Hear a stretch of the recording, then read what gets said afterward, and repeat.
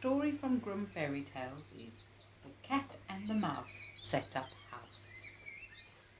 Once there was a cat who struck up a friendship with a mouse.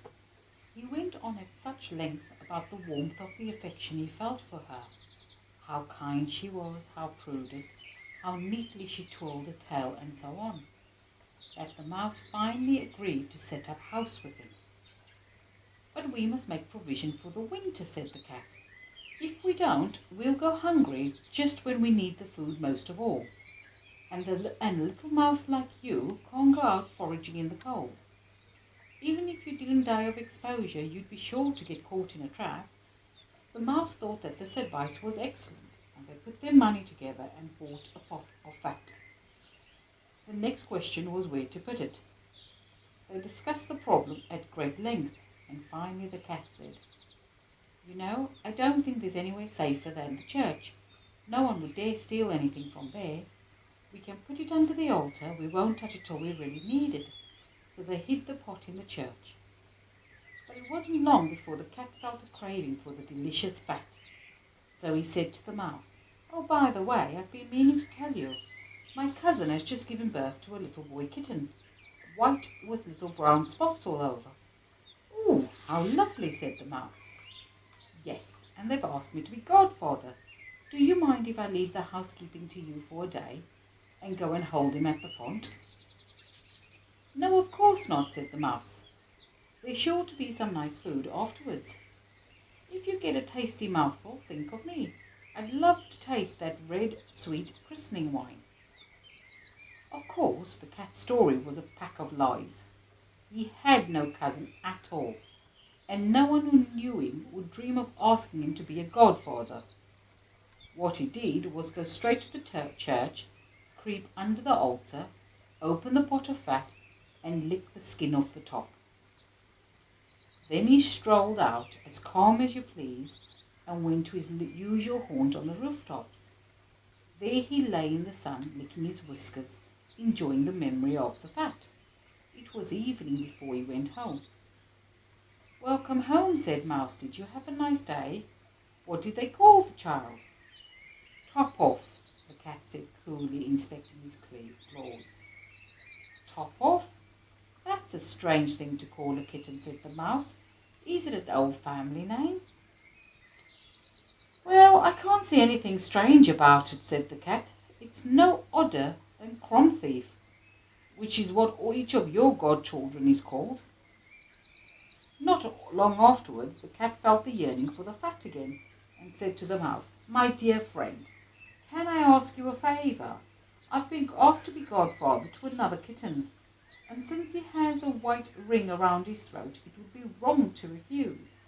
Can you keep house alone once more? I'll be back this evening."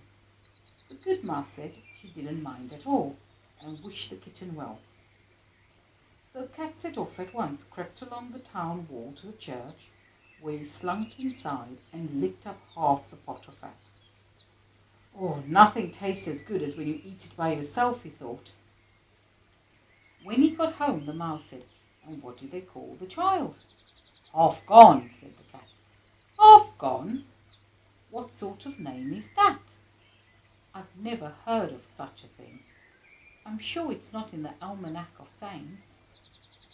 The fat had tasted so rich and so lovely that the cat's mouth was soon watering again. "All good things come in threes," he said to the mouse. "What do you think? I've been asked to be godfather yet again. This time the child is totally black. There's not a white hair on his body apart from his paws. That is very rare, you know. It only happens once every few years. You will let me go, won't you?" "Top off, half gone," said the mouse. "Such odd names they have in your family. They make me wonder, they really do." "Oh, fiddle-dee-dee," said the cat. "You sit indoors from morning till night twiddling your tail, and all kinds of nonsense comes into your head. You ought to get in the fresh air." The mouse wasn't sure about that, but while the cat was away, she worked hard to clean their house and make everything neat and tidy. Meanwhile, the cat was in the church, busy licking out the pot of fat. He had to scoop the very last of it out with his paws, and then he sat there admiring his reflection in the bottom of the pot. Emptying the pot is such sweet sorrow, he thought. It was late night by the time he waddled home. As soon as he came in, the mouse asked what name had been given to the third kitten. "I suppose you won't like this one either," said the cat. "They called him All Gone." "All Gone?" said the mouse. "Dear, oh dear, I'm worried about that. Honestly, I am. I've never seen that name in print. What can it mean?" Then she wrapped a tail around herself and went to sleep. After that, no one asked the cat to be godfather, and when the winter arrived and there was no food to be found outside, the mouse thought of their pot of delicious fat safely hidden under the altar in the church. She said, "Come on, cat, let's go and find that pot of fat we put away. Think how good it'll taste." "Yes," said the cat, "you'll enjoy it as much as sticking that dainty little tongue of yours out of the window." So they set out, and when they got to the church the pot was still there, to be sure, but of course it was empty.